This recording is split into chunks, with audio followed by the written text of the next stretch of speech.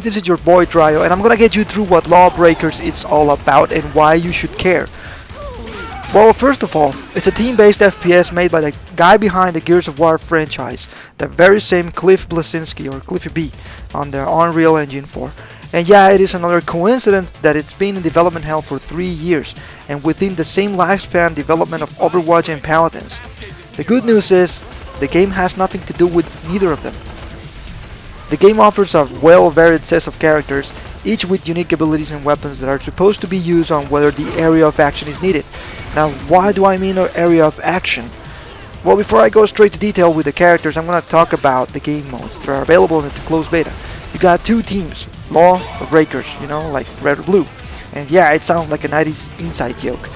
You have Overcharge mode, and you're supposed to bring one battery, that is actually a battery, and you're supposed to bring that battery to your base and charge it, kind of like the smoked potato game. But in this game, if the potato explodes, you win. In the case of a battery, it's gonna overcharge and create an EMP that really isn't relevant unless you actually care about the story behind the characters. Yeah, no, you don't care. Moving on. Now you got Turf War, which is another cool way to call territory control. In this case, it doesn't count the time you're in control zone. It's a point limit match, so that the team that scores more points by controlling zones wins. It's really kind of straightforward. I think the team limit was 13 on the closed beta. Moving on, and that was it.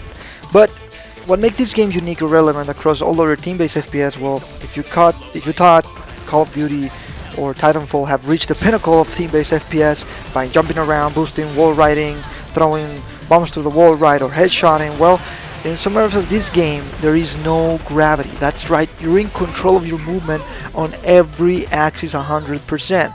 And strategically, most of those areas are positioned inside the objective area, whether are some point controls areas or the battery zones, giving you or someone else a fighting chance, making a step abroad of what a conventional FPS can provide.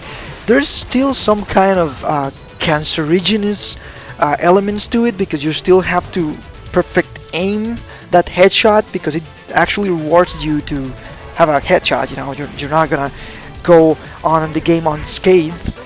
And on the gameplay wise, I think that's about it.